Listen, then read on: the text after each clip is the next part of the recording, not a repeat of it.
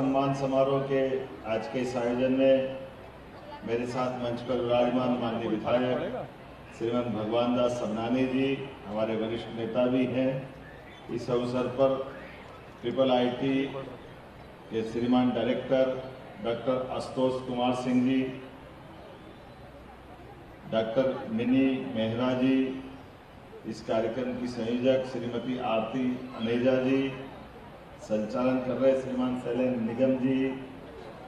इस कार्यक्रम में अलग अलग स्थानों से अपनी प्रतिभाओं की पूंजी लेकर समाज के सामने गौरवान्वित होने वाले सभी भाइयों बहनों, उनके अभिभावकगण जोरदार ताली बजा करके सभी इस पूरे आयोजन का आनंद लें।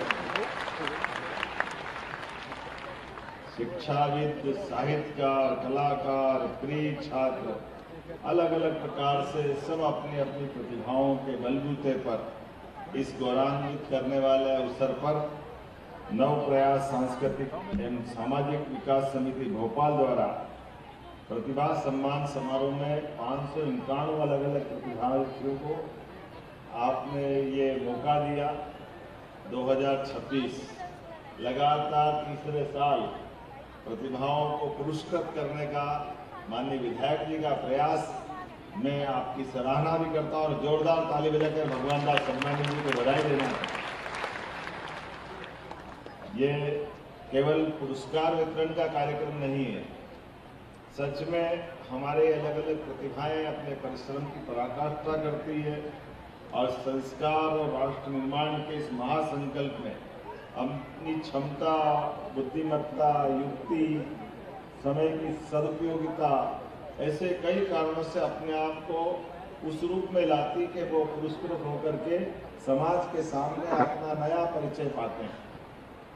हम सब सौभाग्यशाली आज के इस युग में, खास करके बदलते दौर में देश जिस प्रकार से बदल रहा है, लेकिन हमारे अपने संस्कारों के आधार पर हजारों साल से भारत की विशेषता रही है कि हमारी सुसंस्कृत जीवन शैली, इसको सनातन संस्कृति भी कह सकते हैं, मानवता के योग्य गुणों से संचित वसुदेव कुटुंबकम की उस उदात्त भावना के बलबूते पर दुनिया के सामने हमारी अपनी क्षमता योग्यता से हर बार, हर समय, हर युग में, हर कल्प में हमारी प्रतिभाओं ने दुनिया के अंदर मानवता को जीवित किया है। मैं केवल एक छोटा सा आपको एहसास कराना चाहूँगा। अभी अभी केवल हमारे और हमारे आसपास के लोगों के भी संस्कार किस प्रकार से होते हैं, बोलने के लिए है और यही छोड़ देना। एक राष्ट्र अध्यक्ष ने एक शव यात्रा के दरमियान एक टिप्पणी कर दी और टिप्पणी ये कर दी कि हम चाहते तो ये सारी लीडरशिप मौजूद है तो सारी लीडरशिप को यहाँ खत्म कर सकते, और एक जिसके घर में ये सब हो रहा है उनके लोगों ने अपनी टिप्पणी दी कि ये आपकी संस्कृति बताती कि आप क्या कह रहे हो, और हमारी संस्कृति, हमारी सभ्यता और इतिहास बताता ऐसे मामलों में बोला तो छोड़ो, सोचा भी नहीं जा सकता। और ये हजारों साल से भारत और भारत की संस्कृति में दुनिया के सामने अपने इसी भाव को लेकर के भारत की पहचान बनाई। मुझे इस बात की प्रसन्नता है। अब यशस्वी प्रधानमंत्री के लिए जोरदार अभिनंदन करें श्रीमान नरेंद्र मोदी जी के। और एक उदाहरण देके मेरी बात को समझाना चाहूंगा कि हमारी अपनी लोकतांत्रिक व्यवस्था का क्या महत्व है। आजादी के पहले युवाओं ने देश की आजादी के लिए अपने प्राण उत्सर्ग किए। भगत सिंह, चंद्रशेखर आजाद से लेकर नेताजी सुभाष चंद्र बोस तक। नेताजी सुभाष चंद्र बोस को इसलिए कोट कर रहा हूँ, वो व्यक्तित्व वो है जिन्होंने अंग्रेजों के उस भ्रमजाल को तोड़ा। उस समय IAS की बजाय ICS की एग्जाम होती थी और ICS की एग्जाम में वर्तमान के 72 भारत के सहित अफगानिस्तान, पाकिस्तान, बांग्लादेश, भूटान, बर्मा, नेपाल, ये समेकित रूप से एग्जाम होती थी और उसमें उन्होंने टॉप किया 1923 में। और टॉप करने के पीछे वो भ्रम जो अंग्रेजों ने फैलाया था कि ये ICS पास करने वाले हमारे अंग्रेज कुल के ही लोग होते हैं, उनमें योग्यता है। और उस योग्यता के आधार पर वो अपनी बड़े बड़े पोस्ट पाते थे। लेकिन नेताजी सुभाष चंद्र बोस ने अपनी परीक्षा पास की और परीक्षा पास करने के बाद वो मार्कशीट लेकर के उस मंच पे खड़े हुए, और ये अपने आप में वो प्रतिभा उनकी जगह कोई और होता तो अंग्रेजों की नौकरी करके वो अपने जीवन की गुजर बसर करते, लेकिन वो अपनी मार्कशीट फाड़ते हैं कि मैंने ये एग्जाम इसलिए पास की ताकि भारतीय लोगों को अपने स्वाभिमान के साथ अंग्रेजों के सामने खड़ा होने का मौका मिले कि हाँ, केवल तुम में बुद्धिमत्ता नहीं है, तुमसे ज्यादा हम इस मामले में आगे हैं। लेकिन आपकी नौकरी को भी लात मारते हैं अपनी क्षमता योग्यता से।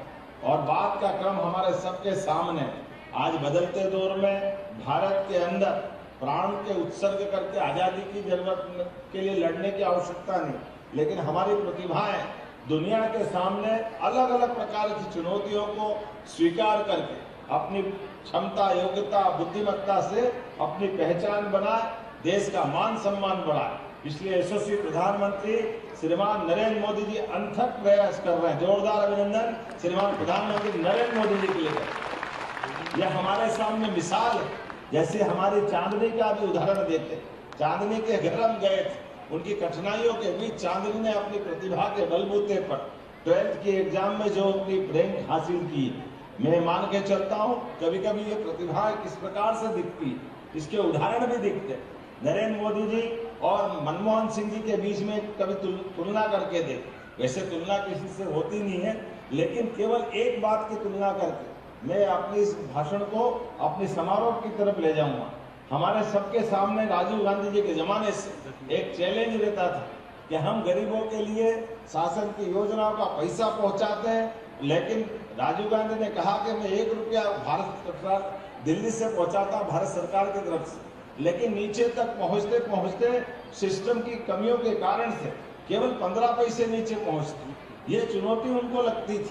ये चुनौती 1980-84 के बाद से लगाकर, जब तक हम सब देखते हैं एक वित्त के मामले में बहुत जानकार हमारे वित्त मंत्री बने, पहले गवर्नर भी थे मनमोहन सिंह जी, फिर 2 बार प्रधानमंत्री भी बने, और उन्होंने अपने खुद के भाषण में कहा कि भाई ये जीरो बैलेंस का खाता खोलने के लिए 37 रुपए का खर्चा आता।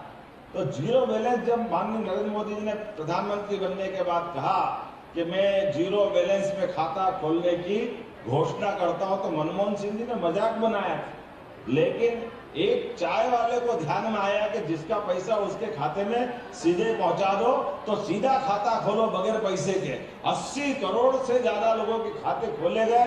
जोरदार अभिनंदन करो। ये हमारा आज की दिशा में जो जिसका हक डीबीटी के माध्यम से वो उस तक पहुंच रहा कि नहीं पहुंच रहा। कोविड के समय में बनने वाली दवाइयों ने हमारे वैज्ञानिकों का मान सम्मान बढ़ाया। आज हर चुनौती उठा करके उसका मुकाबला करने के लिए हमारी भारत की प्रतिभाएं अपने बढ़ चढ़ करके मौका देखती है और अपने मौके को मुकाम तक पहुंचा करके हम सबको गौरवान्वित करती।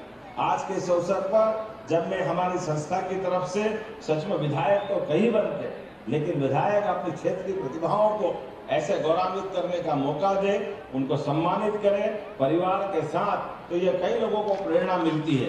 मैं बधाई देना चाह रहा हूँ आज के इस अवसर पर सभी अलग अलग क्षेत्र की प्रतिभाओं को, जिनके भरोसे से हम ये कार्यक्रम की शोभा और उसका आनंद देख रहे हैं। मैं विलंब से आने की क्षमा भी चाहता हूँ, क्योंकि मैंने तय किया था कि मैं अपने कार्यक्रम के बीच इसमें जरूर समझ दूंगा, लेकिन मैंने ईमानदारी से प्रयास किया कार्यक्रमों के बीच की अपनी व्यस्तता कारण से, लेकिन फिर भी विलंब से आया तो क्षमा भी चाहता हूँ। लेकिन जब मैंने कमिटमेंट किया कि मैं इस कार्यक्रम में जरूर उपस्थित रहूंगा, तो मैंने कहा कि हमारे राज्य की प्रतिभाओं के लिए अगर उनके बीच कुछ समय जाता तो जरूर देना चाहिए। लेकिन मैं आपके इस पूरे आयोजन के लिए अपनी बधाई भी देता हूँ, और जिन लोगों के साथ हमने सम्मानित होकर फोटो खिंचवाया, आपके इस कार्यक्रम में सहभागी हुए, उनके साथ साथ केवल उतना ही नहीं, मैं पूरे ही 500 कितने इंकानों उनके सबके लिए शुभकामना दे रहा हूँ, और उम्मीद करता हूँ वो अपने सपनों को पंख लगा करके आसमान की अनंत ऊंचाई तक आगे उड़े और अपने मुकाम को हासिल करे। यही शुभकामना देते हुए मेरी बात को समाप्त करता हूँ। मेरी अपनी ओर से पुनः अच्छे कार्यक्रम की बधाई। बहुत बहुत धन्यवाद। भारत माता की जय।